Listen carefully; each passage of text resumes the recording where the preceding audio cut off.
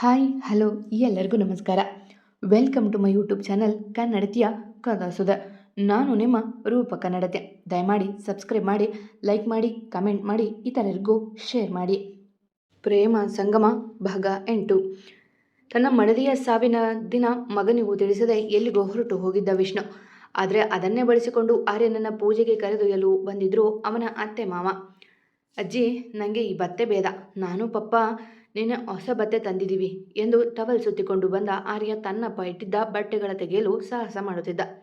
ಯಾವ ಬಟ್ಟೆ ಹೇಳು ಆರ್ಯ, ನಾನು ಕೊಡ್ತೀನಿ ಎಂದು ಕೇಳಿದವರಿಗೆ ತಲೆ ಆಡಿಸಿ ತನ್ನನ್ನು ಎತ್ತಿಕೊಳ್ಳುವಂತೆ ಸನ್ನೆ ಮಾಡಿದ.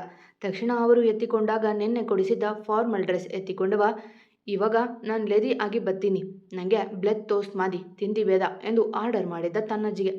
ಆಯಿತು ಕಂದ ಎಂದು ಅವರು ನಡೆದಾಗ ತಾನೇ ಕಷ್ಟಪಟ್ಟು ಅಂಗಿ ತೊಟ್ಟು, ಆದರೆ ಬಟನ್ ಹಾಕೋಕೆ ಬರಬೇಕಲ್ಲ, ಪೆಚ್ಚು ಮಗ ಮಾಡಿಕೊಂಡು ರೂಮಿನಿಂದ ಆಚೆ ನಿಂತು ಕೂಗಿದನವ. ಲಾಮು ಅಂತಲ್, ಬೇಗ ಬನ್ನಿಲಿ ಎಂದು ಕೂಗಿದಾಗ ತಲೆ ಎತ್ತಿ ನೋಡಿದರು ಮಹಾಂತೇಶ್. ಅವನು ನೋಡಿ ಖುಷಿಯಾದವರು ತಾವೇ ಬಂದರು ಮೇಲೆ. ತಾತ, ನೀವು ಯಾವಾಗ ಬಂದಿಲಿ ಎಂದ ಅವರ ಕಾಲನ್ನಪ್ಪಿ. ಅವನ ತೋಳಿಗೆ ತೆಗೆದುಕೊಂಡವರು, ಆವಾಗಲೇ ಬಂದೆ ಪುಟ್ಟ, ನಿಮ್ಮ ಪಪ್ಪ ಹೇಳಿದ್ದಾರೆ ನಿನ್ನ ನಮ್ಮ ಮನೆಗೆ ಕರೆದುಕೊಂಡು ಹೋಗಿ ಆಮೇಲೆ ಸ್ಕೂಲ್ಗೆ ಬಿಡಬೇಕಂತ ಎಂದರು ಅವನ ಮನ ಬಯಸಲು. ಪಪ್ಪ ಹಾಗೆಲ್ಲ ಏನಿಲ್ಲ ತಾತ, ಲೈವಲ್ ಅಂಕಲ್ ಜೊತೆ ಹೋಗು ಅಂದಿದ್ಲು ಎಂದ ತುಟಿ ಮರಚಿ ಯೋಚಿಸಿ.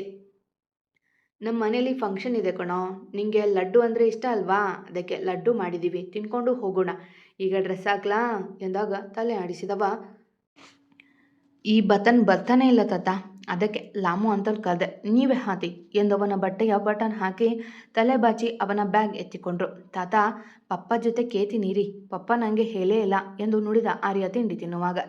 ನನಗೆ ಕಾಲಲ್ಲಿ ಹೇಳಿದ್ದಾರೆ ಚಾಂಪ್, ಹೋಗಿ ಬಾ ಎಂದರು ಲೀಲಾ ಕಣ್ಣಲ್ಲೇ ಸನ್ನೆ ಮಾಡುತ್ತಾ. ಓಕೆ ಅಜ್ಜಿ, ಪಪ್ಪ ಫೋನ್ ಮಾಡಿದ್ಲೆ ನಾನು ಮಾತಾಡಬೇಕು, ಸೊ ನಾನು ಫೋನ್ ತಗೊಂಡು ಹೋಗ್ತೀನಿ ಎಂದು ತನ್ನ ಫೋನ್ ಕೈಲಿಡಿದ ಆರ್ಯ. ಅವನಿಗಾಗಿ ಫೋನ್ ಕೊಡಿಸಿದ ವಿಷ್ಣು. ಕ್ಲಾಸ್ ಮುಗಿದ ಮೇಲೆ ಫೋನ್ ಮಾಡಲು, ರಾತ್ರಿ ಕೆಲವು ಸಮಯ ನೋಡಲು ಮತ್ತು ಎಮರ್ಜೆನ್ಸಿ ಎಂದು. ಓಕೆ ಕಣೋ, ಆದರೆ ಗೊತ್ತಲ್ಲ, ಕ್ಲಾಸ್ಗೆ ಹೋಗೋಕ್ಕೂ ಮುಂಚೆ ವಾಚ್ಮ್ಯಾನ್ ಅಂಕಲ್ಲಿ ಕೈಯಲ್ಲಿ ಫೋನ್ ಕೊಡು ಎಂದು ಹೇಳಿ ಕಳುಹಿಸಿದರು ಲೀಲಾ. ಮಹಾಂತೇಶ್ ಮತ್ತವರ ಮಡದಿ ನರ್ಮದಾ ಇಬ್ಬರು ಮೊಮ್ಮಗನ ಜೊತೆಗೆ ತಮ್ಮ ಮನೆಗೆ ಬಂದರು. ಅದಾಗಲೇ ಎಲ್ಲ ತಯಾರಿ ಮಾಡಿದ್ರು. ಅಲ್ಲಿ ಅವರ ಮಗ ಗೌತಮ್ ಎಲ್ಲ ತಯಾರಿ ಮಾಡಿದ್ದ. ಆರ್ಯನ ನೋಡಿದ್ದೆ ಕೋಪ ಇರಿತು ಅವನಿಗೆ. ತನ್ನ ತಂಗಿ ಎಂದರೆ ಪ್ರೀತಿ, ಅವಳ ಸಾವಾಗಿದ್ದಕ್ಕೆ ಕಾರಣವೇ ಪುಟ್ಟ ಆರ್ಯ ಎಂದು ಯೋಚನೆ ಅವನಿಗೆ. ಇವನನ್ನು ಕರೆದುಕೊಂಡು ಬರೋದು ಬೇಡ ಅಂತ ಹೇಳಿಲಿಲ್ವ ಡ್ಯಾಡಿ, ನಿಮಗೆ ಇದೇ ಹಠ, ಅದಕ್ಕೆ ನನ್ನ ತಂಗಿ ಫೋಟೋ ಆಗಿರೋದು ಎಂದು ಕೂಗಿದ ಜೋರಾಗಿ. ನಿನ್ನ ತಂಗಿ ಫೋಟೋ ಆಗಿರೋದು ನಮ್ಮ ಹಠದಿಂದ ಅಲ್ಲ, ಅವಳ ಕೆಟ್ಟ ಗುಣದಿಂದ. ಈಗ ಇದೆಲ್ಲ ಮಾತಾಡೋಕೆ ಸಮಯ ಇಲ್ಲ, ನಾವೆಷ್ಟೇ ಹೇಳಿದರೂ ಕೇಳದೆ ಈ ಮುಗ್ಧ ಹುಡುಗನ ಮೇಲೆ ಇಟ್ಕೊಂಡು ಹಠ ಮಾಡಿದ್ದು ಅವಳು. ಈಗ ಏನು ಮಾತಾಡೋದು ಬೇಡ, ನೀ ಸುಮ್ಮನೆ ಇರು ಎಂದು ಗದರಿದರು ಮಹಾಂತೇಶ್. ಅವರನ್ನು ಕೋಪದ ನೋಡಿ ದೂರ ಸರಿದನವ. ಆರ್ಯ, ನೀನಿಲ್ಲಿ ಕೂರ್ಬೇಕಾಯ್ತಾ, ಈ ತಾತ ಏನು ಹೇಳುತ್ತೋ ಅದನ್ನು ಮಾಡಬೇಕು, ಆಮೇಲೆ ಲಡ್ಡು ತೊಗೊಂಡು ಹೋಗೋಣ ಎಂದು ಅಲ್ಲಿದ್ದ ಫೋಟೋ ತೋರಿಸಿ ನೋಡಿದಾಗ ಕಣ್ ಸಂಕುಚಿಸಿದ ಪುಟ್ಟ ಕಂದ. ಓಕೆ ತಾತ, ಆದರೆ ನಾ ಶೂ ತೆಗೆದು ಬಂದಿಲ್ಲ ಇಲ್ಲಿ ಎಂದು ಆಚೆ ಓಡಿದ. ಪುಟ್ಟ ಹುಡುಗನ ಒಬ್ಬರನ್ನೇ ಬಿಟ್ಟು ನಿಂತರು ಅವರು. ಆಚೆ ಹೋದ ತಕ್ಷಣ ತನ್ನ ಬ್ಯಾಗಲ್ಲಿದ್ದ ಫೋನ್ ತೆಗೆದ ಆರ್ಯ ತನ್ನ ತಂದೆಗೆ ಕರೆ ಮಾಡಿದ್ದ. ಹೇ ಚಾಂಪ್, ಏನು ಮತ್ತೆ ನನ್ನ ನೆನಪಿಸ್ಕೊಂಡು ಬಿಟ್ಟಿದ್ದೀರಾ ಎಂದ ಫೋನ್ ಕರೆ ಸ್ವೀಕರಿಸಿ. ಪಪ್ಪ, ಯಾತೆ ನಿಮ್ಮ ಲೆದ್ದಾಗಿದೆ, ಅತಿದಿಲ್ಲ ಎಂದ ಮೊದಲ ಅಪ್ಪನ ವಿಚಾರಿಸಿಕೊಂಡು ತಕ್ಷಣ ಮೊಗದಲ್ಲಿ ನಗು ತಂದುಕೊಂಡವ. ಇಲ್ಲ ಕಣೋ, ಇಲ್ಲಿ ತುಂಬ ಧೂಳು, ನೀನೇನು ಮಾಡ್ತಿದೀಯಾ, ಸ್ಕೂಲ್ಗೆ ಹೊರಟಾ ಎಂದು ಮಾತು ಮರೆಸಲು. ತಕ್ಷಣ ತಾನು ಫೋನ್ ಮಾಡಿದ ಉದ್ದೇಶ ನೆನೆದ ಕಂದಮ್ಮ. ಪಪ್ಪ, ನಾನಿಲ್ಲಿ ಅಜ್ಜಿ ಮನೆ ಬಂದೀನಿ, ಇವಳು ಯಾಲ್ದೋ ಪೋತ ಇತ್ತು, ಪೂಜೆ ಮಾಡಿದ್ದಾರೆ, ನನಗೂ ನೀನು ಇಲ್ಲಿ ಕೂತು ಪೂಜೆ ಮಾಡಬೇಕು ಅಂದು, ಅದಕ್ಕೆ ನಾನು ನಿಮಗೆ ಫೋನ್ ಮಾಡಿಬಿಟ್ಟೆ ಎಂದು ಮುದ್ದು ಪೋರ ಅಪ್ಪನಿಗೆ ವಿಡಿಯೋ ಕಾಲಲ್ಲಿ ಎಲ್ಲ ತೋರಿದಾಗ ಅವರ ಸಂಚು ಅರ್ಥವಾಗಿ ಮುಷ್ಟಿ ಕಟ್ಟಿದ್ದ ವಿಷ್ಣು. ನೀನು ಅಲ್ಲಿ ಕೂರಬೇಡ ಚಾಂಪ್, ನಾನು ಈಗಲೇ ಹೊರಡ್ತೀನಿ, ನೀನು ಗೇಟ್ ಬಳಿ ಇರು ಎಂದವ ತಕ್ಷಣ ತನ್ನ ಕಾರ್ ಏರಿದ. ಅವನ ಕೋಪ ಎಷ್ಟಿತ್ತೆಂದರೆ ಅವರೇನಾದರೂ ಸಿಕ್ಕರೆ ಏನು ಮಾಡುತ್ತಿದ್ನೋ. ಪಪ್ಪ ಕೋಪ ಮಾಡ್ಕೊತಿದ್ದಾರೆ ಅಂದರೆ ನಾನಿಲ್ಲಿ ಇಲ್ಬಾರ್ದು, ನಾನು ಮನೆಗೆ ಹೋಗ್ತೀನಿ ಎಂದು ಅಲ್ಲಿಂದ ಓಡಿದ್ದ ಕಂದ. ಆದರೆ ಅವಸರದಲ್ಲಿ ಫೋನ್ ಅಲ್ಲೇ ಬೀಳಿಸ್ಕೊಂಡು ಹೋಗಿದ್ದ. ಹಲೋ ಹಲೋ ಚಾಂಪ್ ಎಂದು ಅವ ಕೂಗುತ್ತಿದ್ರು, ಅವನಿಗೆ ಕೇಳಿಸಲಿಲ್ಲ. ಅದಾಗಲೇ ಪೋರ ಗೇಟ್ ದಾಟಿ ಓಡಿದ್ದ. ತನ್ನ ಪುಟ್ಟ ಬ್ಯಾಗನ್ನ ಒಂದು ಕೈಯಲ್ಲಿ ಏರಿಸಿಕೊಳ್ಳುತ್ತಾ ಒಂದು ಕೈಯಲ್ಲಿ ತನ್ನ ಪ್ಯಾಂಟ್ ಏರಿಸಿಕೊಂಡು ಓಡುತ್ತಿದ್ದನವ. ಅಂತಲ್, ನಾನು ಆಲ್ಯ, ನಮ್ಮ ಮನೆಗೆ ಕಲ್ಕೊಂಡು ಹೋಗ್ತಿಲ್ಲ ಎಂದ ಅದ್ಯಾರೋ ಕಾರಿಗೆವರೆಗೆ ನಿಂತವರ ನೋಡಿ. ಹೌದಾ, ನಂಗೆ ಮಾಡೋಕ್ಕೆ ಬೇಜಾನ್ ಕೆಲಸ ಇದೆ, ನಡಿ ಎಂದು ದೂಡಿದನವ. ಅವನನ್ನೇ ಕೆಕ್ಕರಿಸಿ ನೋಡಿದ ಆರ್ಯ, ನನ್ನ ಪಪ್ಪ ಬಲಲಿ, ಇಲ್ಲಿ ನಿಮಗಿದೆ ಎಂದು ಓಡಿದ ಮುಂದೆ. ಅಲ್ಲೊಂದು ಪೊಲೀಸ್ ಜೀಪ್ ಕಾಣಲು ಆತ ಓಡಿದವ, ಪೊಲೀಸ್ ಅಂಕಲ್, ನನ್ನ ಮನೆಗೆ ಬಿಡಿ, ನಾನು ವಿಷ್ಣುವರ್ಧನ್ ಅವಳ ಮಗ ಆಲ್ಯವರ್ಧನ್ ಎಂದಾಗ ಹಿಂತಿರುಗಿ ವ್ಯಂಗ್ಯವಾಗಿ ನಕ್ಕ ಆ ಪೊಲೀಸ್. ಹೌದಾ ಬಂಗಾರ, ನಿಮ್ಮಪ್ಪ ನನಗೆ ಚೆನ್ನಾಗಿ ಗೊತ್ತು, ನಡಿ ಕರ್ಕೊಂಡು ಹೋಗ್ತೀನಿ ಎಂದು ತನ್ನ ಜೀಪಿನಲ್ಲಿ ಕೂರಿಸಿಕೊಂಡು ಹೋಗಿದ್ದ. ಆದರೆ ಅದೇ ಸಮಯಕ್ಕೆ ವಿಷ್ಣು ಬಂದು ನಿಂತಿದ್ದ ಅವನ ಅತ್ತೆಯ ಮನೆಯ ಮುಂದೆ. ಅಂಕಲ್, ನೀವು ತುಂಬ ಒಳ್ಳೆಯವಳು, ನನ್ನ ಪಪ್ಪಗೆ ಹೇಳ್ತೀನಿ, ಅವಳು ನಿಮಗೆ ಅಪ್ಲಿಷಿಯೇಟ್ ಮಾತಾಲೆ ಗೊತ್ತಾ ಎಂದ ಆರ್ಯ ಜೀಪ್ ಒಂಚೂರು ಮುಂದೆ ಸಾಗಿದಾಗ. ಹೌದಾ, ನಿಮ್ಮ ಪಪ್ಪಾಗಿಂತ ನಾನು ತುಂಬ ಒಳ್ಳೆಯವನು. ನಿನಗೊಂದು ವಿಷಯ ಗೊತ್ತಾ, ನಿನ್ನಪ್ಪ ನನ್ನ ಹೆಸರು ಕೇಳಿದರೆ ಸಾಕು ಖುಷಿ ಆಗ್ತಾನೆ, ಅವನಿಗೆ ಮದುವೆ ಮಾಡಿಸಿದ್ದು ನಾನೇ ಎಂದು ನಕ್ಕ ಆ ಪೊಲೀಸ್ ವಕ್ರವಾಗಿ. ಆದರೆ ಅವನ ಮಾತಿನ ಅರ್ಥ ತಿಳಿಯದ ಆ ಪುಟ್ಟ ಮಗು, ಹೌದಾ ಅಂಕಲ್, ಮತ್ತೆ ನಮ್ಮ ಪಪ್ಪಗೆ ಇನ್ನೊಮ್ಮೆ ಮದುವೆ ಮಾಡಿಸಿ, ನನ್ನ ಮಮ್ಮಿ ಬೇತು ಎಂದಿತ್ತು ಮುದ್ದಾಗೆ. ಅವನೆಡೆ ನೋಡಿ ಮತ್ತೆ ರೋಡ್ ನೋಡಿದವ. ಇಷ್ಟು ದಿನ ಸುಮ್ಮನೆ ಇದ್ದೆ, ಈಗ ಹುಡುಗಿ ಹುಡುಕ್ತೀನಿ, ಮದುವೆ ಮಾಡಿಸೋದೆ ಎಂದು ನಕ್ಕ. ಅಂಕಲ್, ಅವಳ ಜೊತೆಗೆ ಮದುವೆ ಮಾಡಿಸಿ ಆತಾ, ಅವಳು ನನಗೆ ತುಂಬ ಇಷ್ಟ ಆಗಿದ್ದಾಳೆ, ಅವಳು ಪಪ್ಪ ಜೊತೆ ಚೆನ್ನಾಗಿ ಮಾತಾಡ್ತಾಳೆ ಎಂದಾಗ ಹುಬ್ಬೇರಿಸಿದವ. ಏನು, ನಿನ್ನಪ್ಪ ಆಲ್ರೆಡಿ ಬೇರೆ ಹುಡುಗಿ ನೋಡ್ಕೊಂಡಿದ್ದಾನಾ, ಅಷ್ಟು ಬೇಗ ಎಂದು ಕಣ್ ಸಂಕುಚಿಸಿದವ. ಯಾರು ಅವಳು, ನನಗೆ ತೋರಿಸ್ತೀಯಾ ಎಂದ ಕುತೂಹಲ ತೋರುತ್ತಾ. ತೋರಿಸ್ತೀನಿ, ಆದಲೇ ಪಕ್ಕ ಮದುವೆ ಮಾಡಬೇಕು ಎಂದಾಗ ನಕ್ಕನವ ವಿಷ್ಣುವನ್ನ ನೆನೆದು. ಅಷ್ಟರಲ್ಲಿ ಪುಟಾಣಿ ಗಮನ ದಾರಿಯ ಕಡೆಗೆ ಸಾಗಿದ್ದೆ. ಅಂಕಲ್, ಇದು ನಮ್ಮನೆ ಲೋದಲ್ಲ, ಇಲ್ಲಿ ನನ್ನ ಪಪ್ಪಗೆ ಫೋನ್ ಮಾಡ್ತೀನಿ ಎಂದಾಗ ಆ ಪುಟ್ಟ ಮಗುವಿನ ಮೇಲೆ ಕೈ ಮಾಡಿದ್ದ ಆತ. ಅಂಕಲ್, ಯಾಕೆ ಓದುತ್ತಿದ್ದಿಲ್ಲ, ಇಲ್ಲಿ ಪಪ್ಪಾಗೆ ಹೇಳ್ತೀನಿ ಎಂದು ತನ್ನ ಬ್ಯಾಗ್ ತಡಕಾಡಿದಾಗ ತಿಳಿಯಿತು ಫೋನ್ ಬಿಟ್ಟು ಬಂದಿದ್ದಾನೆಂದು. ಹೇ ಕೊಡೋ, ಇಲ್ಲಿ ಕರೆದುಕೊಂಡು ಹೋಗ್ತೀನಿ ಅಂತ ಹೇಳಿಲ್ವಾ, ಅಂದಮೇಲೆ ಕುತ್ಕೋ ಸುಮ್ಮನೆ ಎಂದು ಗದರಿದಾಗ ಅವನನ್ನೇ ಕೆಕ್ಕರಿಸಿ ನೋಡಿತು ಮಗು. ಏನೋ ಅದು ಕಣ್ಣು, ನಿನ್ನಪ್ಪನ ಹಾಗೆ ನೋಡ್ತೀಯಾ, ನನ್ನ ಹೆಸರೇನು ಗೊತ್ತಾ, ಹೋಗಿ ನಿನ್ನಪ್ಪನ ಕೇಳು ನನ್ನ ಹೆಸರು ಎಂದು ಗಹಗಹಿಸಿ ನಕ್ಕವ ಜೀಪ್ ಎತ್ತಲು ತಿರುಗಿಸಿದ್ದ.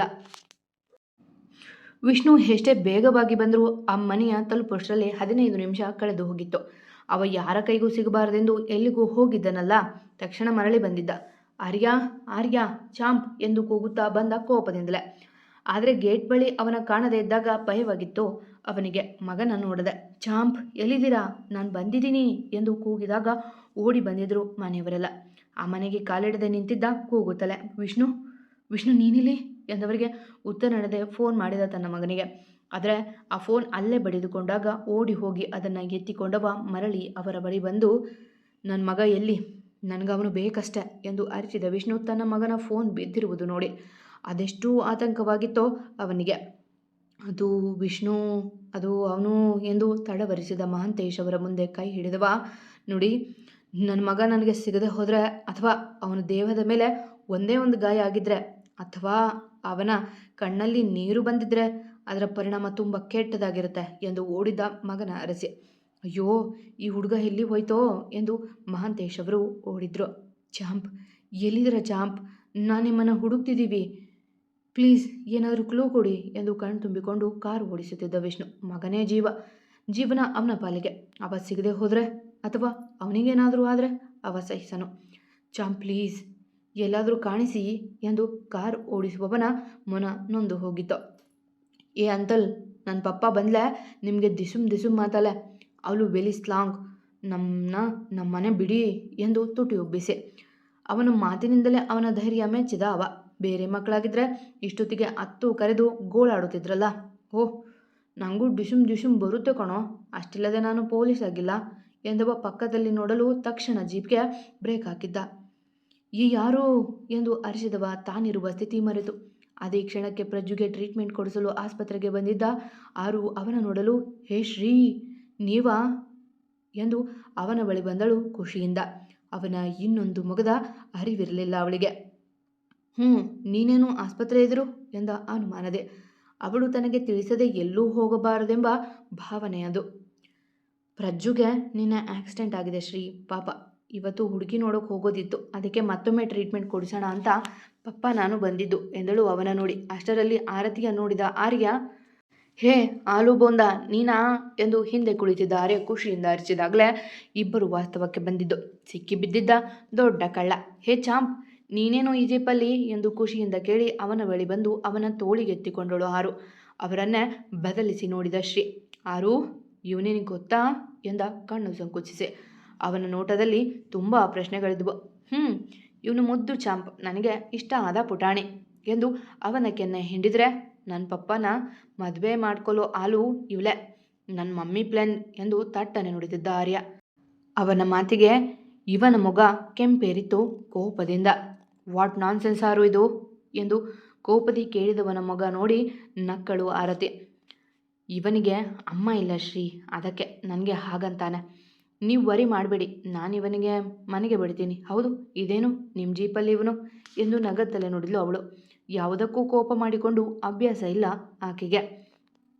ಅದು ಈ ಅಂತಲ್ ಎಂದು ಆರ್ಯ ಎಲ್ಲವನ್ನ ಹೇಳುವ ಮೊದಲೇ, ಚಾಂಪ್ ನೀವಿಲ್ಲಿದ್ದೀರಾ ಎಂದು ಓಡಿ ಬಂದಿದ್ದ ವಿಷ್ಣು ಮಗನ ಎತ್ತಿಕೊಂಡು ಮುದ್ದಾಡಿದವನ ಕಣ್ಣಿಗೆ ಶ್ರೀ ಕಾಣಿಸಿದ್ದೆ ಕೋಪದಿ ಮುಷ್ಟಿ ಕಟ್ಟಿದ್ದ. ಮತ್ತೆ ಸಿಗುವ.